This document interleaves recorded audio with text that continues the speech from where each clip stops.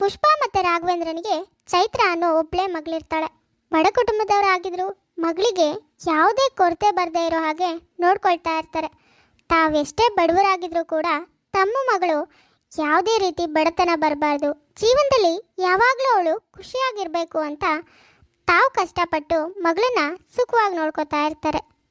ಎಲ್ಲ ತಂದೆ ತಾಯಿಗಳು ಹೀಗೆ ತಾನೇ, ತಮಗೆ ಅದೆಷ್ಟೇ ಕಷ್ಟ ಬಂದರೂ ಪರವಾಗಿಲ್ಲ, ತಮ್ಮ ಮಕ್ಕಳಿಗೆ ಮಾತ್ರ ಯಾವತ್ತೂ ಕಷ್ಟದ ಪರಿಚಯ ಆಗಬಾರ್ದು ಅಂತಾನೆ ಬಯಸೋದು.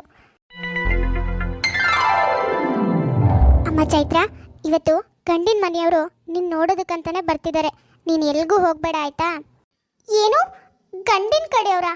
ಅಮ್ಮ, ಏನು ಹೇಳ್ತಿದ್ಯಾ ನೀನು? ಅಯ್ಯೋ ಹೌದು ಕಣೆ, ನಿನ್ನ ತಂದೆ ನಿನಗೆ ಅಂತಾನೆ ಒಂದು ಒಳ್ಳೆ ಸಂಬಂಧ ಹುಡುಕಿದ್ದಾರೆ ಕಣೆ. ಆ ಮನೆಯಲ್ಲಿ ನೀನು ರಾಣಿ ಥರ ಬದುಕ್ತೀಯ. ಮೊದಲಿಂದನೂ ನಮ್ಮಿಬ್ಬರಿಗೂ ಇದೊಂದೇ ಕನಸಿದ್ದು, ನಿನ್ನ ಒಂದು ಒಳ್ಳೆ ಕುಟುಂಬಕ್ಕೆ ಸೊಸೆ ಮಾಡಬೇಕು, ಅಲ್ಲಿ ನೀನು ಸಂತೋಷವಾಗಿರಬೇಕು ಅಂತ ಎಷ್ಟೊಂದು ಕನಸು ಕಂಡಿದ್ವಿ ಗೊತ್ತಾ? ಅಲ್ಲಮ್ಮ, ಅದೇನು ಅಂದರೆ ನಾನು ಹೇಳ್ತಾ ಇರೋದು. ಸಾಕು ಸುಮ್ಮನಿರೆ, ಅದು ಏನು ಬಾಯಿ ಕಳ್ಕೊಂಡು ಅದು ಇದು ಅಂತ. ನೋಡು, ಇವಾಗ ನೀನೇನು ಹೇಳೋದೆಲ್ಲ ಬೇಡ. ಹುಡುಗ ಡಾಕ್ಟರ್ ಕಣೆ, ನೀನು ಅದೆಷ್ಟು ಪುಣ್ಯ ಮಾಡಿರಬೇಕು. ಬೇಗ ಬೇಗ ರೆಡಿಯಾಗು, ಇನ್ನೇನು ಅವ್ರು ಬರೋ ಹೊತ್ತಾಗುತ್ತೆ. ಪುಷ್ಪ ತನ್ನ ಮಗಳಿಗೆ ಡಾಕ್ಟರ್ ಗಂಡನೇ ಮಾಡ್ತಿದ್ದೀನಿ ಅಂತ ತುಂಬಾ ಖುಷಿನಲ್ಲಿ ಮಗಳನ್ನ ತಯಾರಿ ಮಾಡ್ತಾಳೆ. ಹುಡುಗನ ಮನೆಯವ್ರು ಕೂಡ ಹುಡುಗಿ ನೋಡೋದಕ್ಕೆ ಅಂತ ಪುಷ್ಪನ ಮನೆಗೆ ಬರ್ತಾರೆ. ನಿಮ್ಮ ಮಗಳು ತುಂಬ ಲಕ್ಷಣವಾಗಿದ್ದಾಳೆ ಪುಷ್ಪ. ಫೋಟೋ ನೋಡಿ ನಮ್ಮ ಹುಡುಗ ಅಂತೂ ಕಳೆದೇ ಹೋಗ್ಬಿಟ್ಟ ನೋಡಿ. ಮದುವೆ ಅಂತ ಆದರೆ ನಾನು ಈ ಹುಡುಗಿನೇ ಮದುವೆ ಆಗ್ತೀನಿ, ಬೇರೆ ಯಾರನ್ನೂ ಮದುವೆ ಆಗಲ್ಲ ಅಂತ ಹಠ ಮಾಡ್ತಾ ಇದ್ದ. ನಿಮ್ಮ ಮಗಳನ್ನ ನೋಡಿ ನಮಗೂ ಸೊಸೆ ಆದರೆ ಇವಳೇ ಆಗಬೇಕು ಅನ್ನಿಸ್ತು. ಅದಕ್ಕೆ ಬೇರೇನು ಯೋಚನೆ ಮಾಡ್ದೇನೆ ಒಪ್ಪಿಗೆ ಕೊಟ್ಬಿಟ್ವಿ. ನಮಗೂ ನಿಮ್ಮ ಸಂಬಂಧ ಒಪ್ಪಿಗೆ ಆಗಿರೋದು ತುಂಬ ಅಂದರೆ ತುಂಬ ಖುಷಿ. ನನ್ನ ಮಗಳು ನಿಮ್ಮ ಮನೆಯಲ್ಲಿ ಸುಖವಾಗಿದ್ರೆ ಅಷ್ಟೇ ಸಾಕು ನೋಡಿ. ಅಯ್ಯೋ, ಅದ್ರ ಬಗ್ಗೆ ನೀವೇನು ಚಿಂತೆ ಮಾಡಬೇಡಿ. ನಿಮ್ಮ ಮಗಳು ನಮ್ಮ ಮನೆಯಲ್ಲಿ ತುಂಬ ಸಂತೋಷವಾಗಿರ್ತಾಳೆ. ಅದು ಅಲ್ಲದೆ ಬರೀ ನಾವೇ ಮಾತಾಡ್ತಾ ಇದ್ದೀವಿ. ಅಮ್ಮ ಚೈತ್ರ, ನಿನಗೆ ಈ ಮದುವೆ ಇಷ್ಟ ಇದೆಯಾ ತಾನೇ? ಅದು ಅದು ಅಯ್ಯೋ, ಏನಾಯ್ತಮ್ಮ? ಯಾಕೆ ತಲೆ ಸುತ್ತಿದೆ? ಕಣ್ಬಿಡು ಮಗಳೇ. ಚೈತ್ರ, ಏನಾಯ್ತು? ಊಟ ಹೊಟ್ಟೆ ತುಂಬ ಮಾಡು ಅಂತ ಹೇಳಿದ್ರೆ ನೀನು ನನ್ನ ಮಾತೇ ಕೇಳಲ್ಲ ರೀ. ಮೊದಲು ಹಾಸ್ಪಿಟಲಿಗೆ ಕರ್ಕೊಂಡು ಹೋಗೋಣ, ಯಾವುದಾದ್ರೂ ಆಟೋ ಬರೋಕೆ ಹೇಳ್ರಿ. ಅಯ್ಯೋ ಪುಷ್ಪ, ಯಾಕೆ ಇಷ್ಟೊಂದು ಗಾಬರಿ ಆಗ್ತಿದ್ದೀರಾ? ಊಟ ತಿಂಡಿ ಎಲ್ಲ ಸರಿಯಾಗಿ ಮಾಡ್ದೇನೆ ಹೀಗಾಗಿರತ್ತೆ. ಇರಿ, ಬೇರೆ ಎಲ್ಲೋ ಕರ್ಕೊಂಡು ಹೋಗೋದು ಯಾಕೆ? ನಿಮ್ಮ ಅಳಿಯನೇ ಇದ್ದಾನಲ್ಲ, ಅವನೇ ನೋಡ್ತಾನೆ. ರಮಣ್, ಏನಾಗಿದೆ ಒಂದ್ಸಾರಿ ಚೆಕ್ ಮಾಡು. ಅಮ್ಮ, ಶಿ ಈಸ್ ಪ್ರೆಗ್ನೆಂಟ್. ಇವಳು ಬಸ್ರಿ ಆಗಿದ್ದಾಳೆ. ಅಯ್ಯೋ ಅಳಿಯಂದ್ರೆ, ಇದೇನು ಹೇಳ್ತಾ ಇದ್ದೀರಾ ನೀವು? ನನ್ನ ಮಗಳು ಹೇಗೆ ತಾನೇ ಪ್ರೆಗ್ನೆಂಟ್ ಆಗ್ತಾಳೆ? ಇನ್ನೊಂದ್ಸಾರಿ ಸರಿಯಾಗಿ ನೋಡಿ ಅದೇನಾಗಿದೆ ಅಂತ. ನೋಡಿ, ಅದು ಎಷ್ಟು ಸಾರಿ ನೋಡಿದ್ರು ನಾನು ಹೇಳ್ತಾ ಇರೋದು ಸುಳ್ಳಲ್ಲ. ನಿಮ್ಮ ಮಗಳು ಪ್ರೆಗ್ನೆಂಟ್ ಆಗಿದ್ದಾಳೆ. ಇವಾಗ ಅವಳಿಗೆ 2 ತಿಂಗಳು. ಏನ್ರಿ, ಮನೆ ಮಗಳು ಬಂಗಾರ ಸಿಂಗಾರ ಅಂತೆಲ್ಲ ಬಾಯಿನಲ್ಲಿ ಹೇಳ್ತಾ ಇದ್ರಿ, ಆದ್ರೆ ನಿಮ್ಮ ಮನೆ ಮಗಳು ಯಾವನಿಂದನೋ ಹೊಟ್ಟೆ ತುಂಬಿಸ್ಕೊಂಡು ಬಂದಿದ್ದಾಳೆ. ಇಂಥವಳನ್ನ ನನ್ನ ಮಗನಿಗೆ ಕಟ್ಟೋಕ್ ನೋಡ್ತಿದ್ದೀರಲ್ಲ, ಅದೇನ್ ಸಂಸ್ಕಾರ ಕಳ್ಸಿದಿರ್ರಿ ನಿಮ್ಮ ಮನೆ ಮಗಳಿಗೆ? ಅಯ್ಯಯ್ಯೋ, ಹಾಗೆಲ್ಲ ಏನಿಲ್ಲ ಬೀಗ್ರೆ, ಇಲ್ಲೇನೋ ತಪ್ಪಾಗಿದೆ. ನನ್ನ ಮಗಳು ಅಂಥವಳಲ್ಲ. ಅಳಿಯಂದ್ರೆ, ಇನ್ ಒಂದ್ಸಾರಿ ನೋಡಿ ಹೇಳಿ, ನನ್ನ ಮಗಳು ತಪ್ಪು ಮಾಡೋದಕ್ಕೆ ಸಾಧ್ಯನೇ ಇಲ್ಲ. ಸಾಕ್ ಬಾಯ್ ಮುಚ್ಚಮ್ಮ. ನನ್ನ ಮಗ ಏನು ಮನೆಯಲ್ಲಿ ಕಸ ಗುಡ್ಸಲ್ಲ, ಹಾಸ್ಪಿಟಲ್ನಲ್ಲಿ ಡಾಕ್ಟರ್ ಆಗಿದ್ದಾನೆ. ಇಂಥ ಪ್ರೆಗ್ನೆಂಟ್ ಇರೋರ್ನ ಅದು ಎಷ್ಟು ಜನ ಚೆಕಪ್ ಮಾಡಿದ್ದಾನೆ. ಇನ್ನ ತಾನು ಮದುವೆ ಆಗ್ಬೇಕಾಗಿರೋ ಹುಡುಗಿನ ನೋಡೋ ಅಷ್ಟು ಅವನಿಗೆ ಬುದ್ಧಿ ಇಲ್ವಾ? ನೀವು ಬಾಯಿನಲ್ಲಿ ನನ್ನ ಮಗಳು ಅಂಥವಳಲ್ಲ, ಬಂಗಾರ ಸಿಂಗಾರ ಅಂತ ಹೇಳಬೇಕು. ಆದರೆ ನಿಮ್ಮ ಮಗಳು ಯಾವನ ಜೊತೆನೋ ಮಲಗಿ ಹೊಟ್ಟೆ ತುಂಬಿಸ್ಕೊಂಡು ಬಂದಿದ್ದಾಳಲ್ಲ. ನೀವೇನೋ ಮರ್ಯಾದೆ ಮಾನ ಇಲ್ಲದೆ ಇರೋರು ಅನ್ಸುತ್ತೆ, ಆದರೆ ನಾವು ನಿಮ್ಮ ಥರದವ್ರಲ್ಲ. ಮರ್ಯಾದೆ ಮಾನ ಅಂದರೆ ನಮಗೆ ತುಂಬ ಮುಖ್ಯ. ನಿಮ್ಮಂಥ ಮನೆಯಲ್ಲಿ ಮರ್ಯಾದೆ ಬಿಟ್ಟಿರೋ ಹೆಣ್ಣನ್ನ ನಾವು ತಗೊಂಡು ಹೋಗಲ್ಲ. ನಮಗೆ ಬೇಡವೂ ಬೇಡ ಈ ಸಂಬಂಧ. ಅಯ್ಯಯ್ಯೋ, ಹೀಗೆಲ್ಲ ಮಾತಾಡಬೇಡಿ ಬಿಗ್ರೆ. ನನ್ನ ಮಗಳು ಅಂಥವಳಲ್ಲ, ತುಂಬ ಒಳ್ಳೆಯವಳು.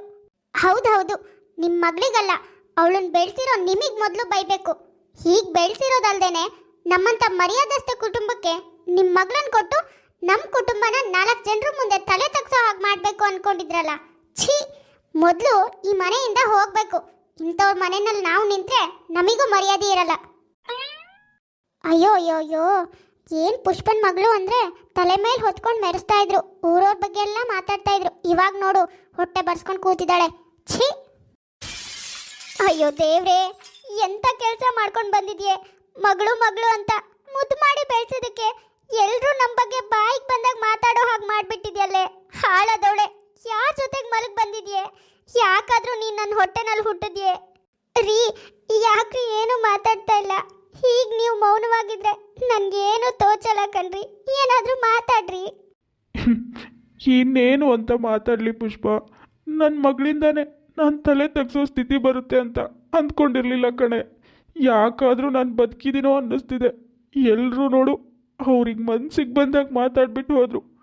ಪುಷ್ಪ, ಮೊದಲು ನನ್ನ ಕಣ್ಣೆದ್ರಿಂದ ಹೊರಟೋಗೋಕೆ ಹೇಳು ಇವಳನ್ನ. ಇನ್ನು ಏನೇ ಇಲ್ಲೇ ನಿಂತಿದ್ಯಾ? ಇಷ್ಟೊತ್ತು ಮಾಡಿರೋದೆಲ್ಲ ಸಾಕಾಗಿಲ್ವೇನೆ? ಹೋಗೆ ಇಲ್ಲಿಂದ.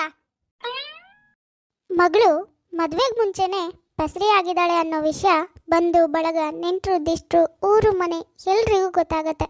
ತಂದೆ ತಾಯಿಗೆ ಆಗಬಾರ್ದ ಅವಮಾನ ಆಗತ್ತೆ. ಪ್ರೀತಮ್, ಮನೇಲಿ ನಮ್ಮ ಎಲ್ಲ ವಿಷಯನೂ ಗೊತ್ತಾಗಿದೆ. ಅದು ಬೇರೆ ನಾನು ಪ್ರೆಗ್ನೆಂಟ್ ಆಗಿದ್ದೀನಿ. ಮನೇಲಿ ಬಂದು ನಮ್ಮ ಮದುವೆ ವಿಷಯದ ಬಗ್ಗೆ ಮಾತಾಡು ಪ್ಲೀಸ್. ಏನು ಮದುವೆನಾ? ನೋಡು ಚೈತ್ರ, ಈ ಮದುವೆ ಎಲ್ಲ ಆಗಲ್ಲ. ನಮ್ಮದು ತುಂಬ ರೆಸ್ಪೆಕ್ಟೆಡ್ ಫ್ಯಾಮಿಲಿ.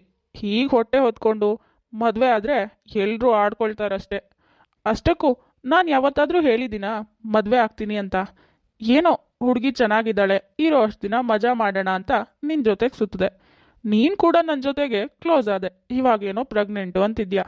ನನ್ನ ಜೊತೆ ಬೆಡ್ ಶೇರ್ ಮಾಡ್ಕೊಂಡು ಹಾಗೇನೆ ಇನ್ನು ಯಾರ್ಯಾರ ಜೊತೆ ಶೇರ್ ಮಾಡ್ಕೊಂಡಿದ್ಯೋ ಏನೋ. ಅಷ್ಟಕ್ಕೂ ಈ ಮಗುವಿಗೆ ನಾನೇ ತಂದೆ ಅಂತ ಹೇಗೆ ನಂಬೋದು? ಛೀ, ಏನ್ ಮಾತಾಡ್ತಾ ಇದೀಯ ನೀನು? ಇಷ್ಟು ದಿನ ನನ್ನ ಜೊತೆ ಸುತ್ತೋದಕ್ಕೆ, ನನ್ನ ಪಕ್ಕ ಮಲ್ಗೋದಕ್ಕೆ ನಿನ್ಗೆ ಯಾವ ರೆಪ್ಯುಟೇಷನ್ ನೆನಪಾಗಿಲ್ಲ. ನೀವು ಗಂಡಸ್ರೆಲ್ಲ ಹೀಗೆ ಮಲ್ಗೋದಕ್ಕೆ ಜಾತಿ, ಆಸ್ತಿ, ಅಂತಸ್ತು, ಮರ್ಯಾದೆ ಯಾವುದು ನೆನಪಾಗಲ್ಲ. ಯಾರ ಜೊತೆ ಬೇಕಾದ್ರೂ ಮಲಗ್ತೀರಾ. ಅದೇ ಮದುವೆ ಅಂತ ಬಂದ್ರೆ ಜಾತಿ, ರೆಪ್ಯುಟೇಷನ್ನು ಅಂತೆಲ್ಲ ನೆನಪಾಗತ್ತೆ. ನಿನ್ನಂತವನಿಂದ ನನ್ನ ಸಾಕಿ ಬೆಳೆಸಿದ ತಂದೆ ತಾಯಿ ಮರ್ಯಾದಿನ ಎಲ್ಲರೂ ಮುಂದೆ ಹೋಗೋ ಹಾಗೆ ಮಾಡಿದೆ. ನಿನ್ನಂತವ್ ನೆರಳು ಕೂಡ ನನ್ನ ಮೇಲೆ ಬೀಳೋಕ್ ಬಿಡಲ್ಲ ಇನ್ಮೇಲೆ. ಛೀ. ಚೈತ್ರ, ಏನಾಯ್ತು? ಯಾಕೆ ಹೀಗೆಲ್ಲ ಮಾಡ್ಕೊಂಡೆ? ಮೊದಲು ಬಾ, ಮನೆಗೆ ಹೋಗೋಣ. ಮಾವ, ನಾನು ಮೋಸ ಹೋಗ್ಬಿಟ್ಟೆ ಮಾವ. ಮೋಸ ಮಾಡ್ಬಿಟ್ಟ ಅವನು. ಪ್ರಸಾದ್ ಚೈತ್ರನಿಗೆ ಸೋದ್ರ ಮಾವ ಆಗ್ಬೇಕು. ಹಾಗಾಗಿನೇ ತನ್ಗಾಗಿರೋ ಎಲ್ಲ ಮೋಸನೂ ತನ್ನ ಸೋದ್ರ ಮಾವನ ಹತ್ರ ಹೇಳ್ಕೊತಾಳೆ. ಸರಿ ಸರಿ, ಬಾ ಮೊದಲು ಮನೆಗೆ ಹೋಗೋಣ.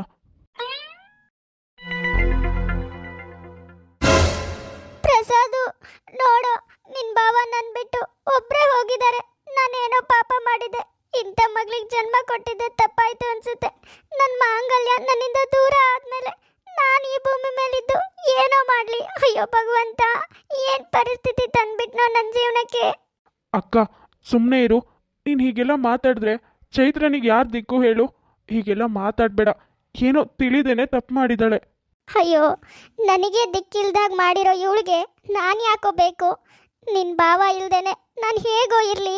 ಈ ಊರಲ್ಲಿ ಮರ್ಯಾದೆಗೋಸ್ಕರನೇ ಬದುಕ್ತಾ ಇದ್ದವರು ಅವ್ರಂಥವ್ರ ಮರ್ಯಾದೆನ ಎಲ್ಲರ ಮುಂದೆ ತೆಗೆದ್ಬಿಟ್ಲಲ್ಲೋ. ಆ ನೋವಲ್ಲೇ ಪ್ರಾಣ ಬಿಟ್ಬಿಟ್ರಲ್ಲೋ ನಿನ್ನ ಭಾವ. ಅಯ್ಯೋ ದೇವ್ರೇ ಭಗವಂತ. ತಂದೆ ತಾಯಿಗೆ ಮರ್ಯಾದೆ ಅನ್ನೋದು ತುಂಬಾನೇ ಮುಖ್ಯ ಆಗಿರತ್ತೆ. ಆ ಮರ್ಯಾದೆನ ಮಕ್ಕಳೇ ತೆಗೆದಾಗ ಆಗೋ ನೋವು ಅವ್ರ ಪ್ರಾಣನೇ ಕಳ್ಕೊಳ್ಳೋ ಸ್ಥಿತಿಗೆ ತಲುಪಿಸುತ್ತೆ. ಹಾಗೆ ರಾಘವೇಂದ್ರ ಕೂಡ ಊರಲ್ಲಿ ಬಂದು ಬಳಗ, ಜನ ಎಲ್ಲರೂ ಮಾಡೋ ಅವಮಾನ, ಚುಚ್ಚುಮಾತುಗಳನ್ನು ಕೇಳಿಸ್ಕೊಳಕ್ಕಾಗ್ದೇನೆ ಸಾವಿಗೆ ಶರಣಾಗ್ತಾನೆ. ಪುಷ್ಪ ತನ್ನ ಗಂಡನ ಕಳ್ಕೊಂಡು ಬೇಜಾರದಲ್ಲಿ ಮನೇಲಿ ಸೂತ್ಕದ ವಾತಾವರಣದಲ್ಲೇ ಸ್ವಲ್ಪ ದಿನ ಕಳೆದೋಗತ್ತೆ. ಪ್ರಸಾದು, ಹಾಕಿದ್ದೇನೋ ಆಯ್ತು. ಆಗೋಗಿರೋದ್ರ ಬಗ್ಗೆ ಯೋಚನೆ ಮಾಡ್ತಾ ಕೂತ್ರೆ ಏನೂ ಸರಿ ಮಾಡೋಕ್ಕಾಗಲ್ಲ. ಇವಾಗ ಇವಳನ್ನು ಕರ್ಕೊಂಡೋಗಿ ಮೊದಲು ಅವಳ ಹೊಟ್ಟೆಲಿರೋ ಮಗು ತೆಗೆಸ್ಬಿಡು. ಆಮೇಲೆ ಯಾರಿಗಾದ್ರೂ ಒಳ್ಳೆ ವ್ಯಕ್ತಿ ಸಿಗ್ತಾರ ಮದುವೆ ಮಾಡೋಕ್ಕಾಗುತ್ತೆ. ಇವಳು ಮಾಡ್ಕೊಂಡಿರೋ ಎಡವಟ್ಟಿಗೆ ನಾವು ಅಂದ್ಕೊಂಡು ಹಾಗಂತೂ ಯಾರೂ ಸಿಗಲ್ಲ. ಯಾರು ಸಿಗ್ತಾರೋ ಅವರಿಗೆ ಮದುವೆ ಅಂತ ಒಂದು ಮಾಡಬೇಕಲ್ಲಪ್ಪ. ಅದನ್ನು ಮಾಡೋಣ, ಹೋಗು. ಅಕ್ಕ, ಇದೇನು ಮಾತಾಡ್ತಿದ್ಯಾ ನೀನು? ಇವಳು ಮಾಡಿರೋ ತಪ್ಪಿಗೆ ಪ್ರಪಂಚನೇ ನೋಡ್ದಿರೋ ಆ ಕಂದನ್ ಜೀವ ತೆಗಿ ಅಂತ ನಾ ಹೇಳ್ತಾ ಇರೋದು. ಅದೇನು ಪಾಪ ಮಾಡಿತು? ಹಾಗಂತ ಇವಳ ಹೊಟ್ಟೆನಲ್ಲಿ ಮಗು ಇಟ್ಕೊಂಡ್ರೆ ಯಾರೋ ಮದುವೆ ಆಗ್ತಾರೆ? ಮುಂದೆ ಒಂದಿನ ಮಗುಗೆ ಅಪ್ಪ ಯಾರು ಅಂತ ಕೇಳ್ತಾರೆ. ಅವಾಗ ಯಾರನ್ನ ತೋರಿಸ್ತೀಯಾ? ನೋಡು, ಇದೆಲ್ಲ ಬೇಡ. ಇವಾಗ ಹೋಗಿರೋ ಮರ್ಯಾದೆನೇ ಸಾಲದೇನೋ ನಿನಗೆ? ಇನ್ನು ಎಷ್ಟು ಮರ್ಯಾದೆ ಕಳ್ಕೋಬೇಕು ಅನ್ಕೊಂಡಿದ್ಯಾ? ಅಕ್ಕ, ನಮ್ಮ ಮರ್ಯಾದೆ ಹೋಗುತ್ತೆ ಅಂತ ಇನ್ನು ಪ್ರಪಂಚನೇ ನೋಡ್ದಿರೋ ಆ ಮಗು ಜೀವ ತೆಗೆಯೋದು ಎಷ್ಟು ಸರಿ ಹೇಳು? ಇದಕ್ಕೆ ನನ್ನ ಮನ್ಸು ಒಪ್ಪಲ್ಲ. ಅವಳನ್ನ ಯಾರು ಮದುವೆ ಆಗದಿದ್ರೆ ನಾನೇ ಮದುವೆ ಆಗ್ತೀನಿ ಹೊರತು ಮಗು ಮಾತ್ರ ತೆಗ್ಸಲ್ಲ. ಏನು ಹೇಳ್ತಿದ್ಯಾ ನೀನು ಪ್ರಸಾದು? ಹೌದು ಅಕ್ಕ, ಏನೋ ಅವಳಿಗೆ ಗೊತ್ತಿಲ್ಲದೇನೆ ತಪ್ಪು ಮಾಡಿದ್ದಾಳೆ. ಹಾಗಂತ ನಾವು ಗೊತ್ತಿದ್ದು ತಪ್ಪು ಮಾಡಬಾರ್ದು. ಅಕ್ಕ ತಮ್ಮ ಅಂದರೆ ಕಷ್ಟಕ್ಕೂ ಆಗಬೇಕು, ಸುಖಕ್ಕೂ ಆಗಬೇಕು. ಅದು ಹಾಗಲ್ವೋ ಪ್ರಸಾದು. ನೀನು ಇವಳ ಮದುವೆ ಆದರೆ ಇಡೀ ಊರಲ್ಲಿ ಎಲ್ಲರೂ ನಿನ್ನ ನೋಡಿ ಆಡ್ಕೋತಾರೆ ಕಣೋ, ಇಂಥವಳನ್ನ ಮದುವೆ ಆಗಿದ್ದಾನೆ ಅಂತ. ಅಕ್ಕ, ಬೇರೆ ಯಾರೋ ನನ್ನ ಬಗ್ಗೆ ಆಡ್ಕೊಂಡ್ರು ಏನೇ ಹೇಳಿದ್ರು ನನಗೆ ಚಿಂತೆ ಇಲ್ಲ. ನನಗೆ ನಿನ್ನ ಖುಷಿನೇ ಮುಖ್ಯ. ನೀನು ನನ್ನ ಎದುರಿಗೆ ಖುಷಿಯಾಗಿದ್ದರೆ ಅಷ್ಟೇ ಸಾಕು. ಅಕ್ಕ ಪಡೋ ಸಂಕಟನ ನೋಡೋಕ್ಕಾಗ್ದೇನೆ, ಹಾಗೆ ಪ್ರಪಂಚನೇ ನೋಡದೇ ಇರೋ ಆ ಪುಟ್ಟ ಕಂದನ ಸಾಯಿಸೋಕ್ಕೂ ಮನ್ಸಾಗ್ದೇನೆ ಚೈತ್ರನ್ನ ಪ್ರಸಾದ್ ತಾನೇ ಮದುವೆ ಆಗ್ತಾನೆ. ಚೈತ್ರನಿಗೆ ಮದುವೆ ಆಗಿರಬಹುದು, ಆದರೆ ಮಾಡಿರೋ ತಪ್ಪಿಂದ ಅವಮಾನ ಆಗಿರೋದು ಅವಳ ಜೀವ ಹೋದ್ಮೇಲೂ ಕೂಡ ಎಲ್ರಿಗೂ ನೆನಪಿರುತ್ತೆ. ತಂದೆ ತಾಯಿ ಮಕ್ಕಳು ಸುಖವಾಗಿರಲಿ, ಸಂತೋಷವಾಗಿರಲಿ ಅಂತ ಫ್ರೀ ಆಗಿರೋದಕ್ಕೆ ಬಿಟ್ಟಿರ್ತಾರೆ. ಆದರೆ ವಿದ್ಯೆ ಬುದ್ಧಿ ಎಲ್ಲ ಇರೋ ಮಕ್ಕಳೇ ತಂದೆ ತಾಯಿನ ತಲೆ ತಗ್ಸೋ ಹಾಗೆ ಮಾಡ್ತಾರೆ. ಕೊನೆಯದಾಗಿ ನಾನು ಹೇಳೋದಿಷ್ಟೇ, ನಮ್ಮಿಂದ ಅವ್ರ ತಲೆ ಎತ್ತದೇ ಇದ್ರೂ ಪರವಾಗಿಲ್ಲ, ಯಾವತ್ತೂ ತಲೆ ತಗ್ಸೋ ಹಾಗೆ ಮಾಡಬಾರ್ದು. ಕಾವ್ಯ ಅನ್ನೋರು ಕಮೆಂಟ್ ಮಾಡಿದ್ರು ಹಾಯ್ ಹೇಳಿ ಅಂತ. ಹಾಯ್ ಕಾವ್ಯ, ಹೇಗಿದ್ದೀರಾ? ನೋಡಿದ್ರಲ್ಲ ವೀಕ್ಷಕರೇ, ಇವತ್ತಿನ ನಮ್ಮ ವಿಡಿಯೋ ಸ್ವಲ್ಪನಾದರೂ ಇಷ್ಟ ಆಗಿದ್ರೆ ಪ್ಲೀಸ್ ನಮ್ಮ ಚಾನಲ್ನ ಸಬ್ಸ್ಕ್ರೈಬ್ ಮಾಡ್ಕೊಳ್ಳಿ, ಲೈಕ್ ಮಾಡಿ, ಶೇರ್ ಮಾಡಿ, ಹಾಗೆ ಕಮೆಂಟ್ ಮಾಡಿ. ತುಂಬ ಜನ ಹಾಗೆ ವೀಡಿಯೋಸ್ ನೋಡ್ತಾ ಇದ್ರೆ, ಯಾರ್ಯಾರು ಹಾಗೆ ವೀಡಿಯೋಸ್ ನೋಡ್ತಾ ಇದ್ರು ದಯವಿಟ್ಟು ಸಬ್ಸ್ಕ್ರೈಬ್ ಮಾಡ್ಕೊಳ್ಳಿ. ಸರಿ ವೀಕ್ಷಕರೇ, ನಾನಿನ್ನ ಹೊರಡ್ತೀನಿ. ನೆಕ್ಸ್ಟ್ ವೀಡಿಯೋದಲ್ಲಿ ಮತ್ತೆ ಸಿಗೋಣ.